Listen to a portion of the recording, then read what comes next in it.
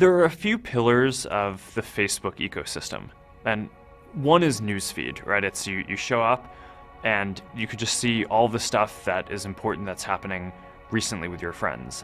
Another pillar has been timeline, right? Each person can share whatever they want with whomever they want on Facebook, and your timeline is your place where you can curate everything that you want to show up about you, and it's just everything about you in one place. And graph search is going to be another pillar that's like that. So there's really simple things that people want to do. They want to find all the photos they've liked. They want to find all the photos of two particular people, all the photos of their family. They want to find all of their friends who live in a particular city because they're going to visit there. And those are really hard things to find right now. You have to go to a bunch of different pages, you have to piece all this stuff together, and now it's easy. You can say what you want and you get the results. And in web search, it's very often the case that, if you do a search for, Apple and I do a search for Apple, we're basically going to get the same results.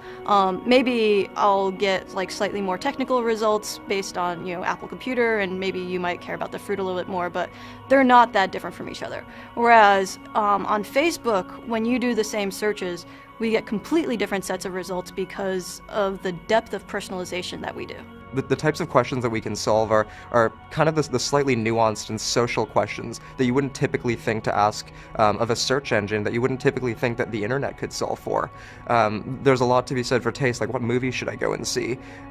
What bands might I like based on the friends that I have? Well, I had a toothache the other day, and so I'm relatively new to the area, so I didn't have a dentist, and looking up dentists that my friends liked was really awesome because I knew I was going to go to someone who knew what they were doing, which she did. It's interesting because most people today don't think about Facebook as a place to discover places where they could go eat or things that they could go do. But with this product, that's just it's so natural to be able to do that. In the past, Facebook has really been primarily about mapping out and staying in touch with and communicating with the people you already know in the real world. But now we're building a product that can also be used to finding people you maybe should know, people who have common interests, people you want to work with. You can find friends of friends who have common interests, friends of friends who are interested in ballroom dancing or in running or hiking.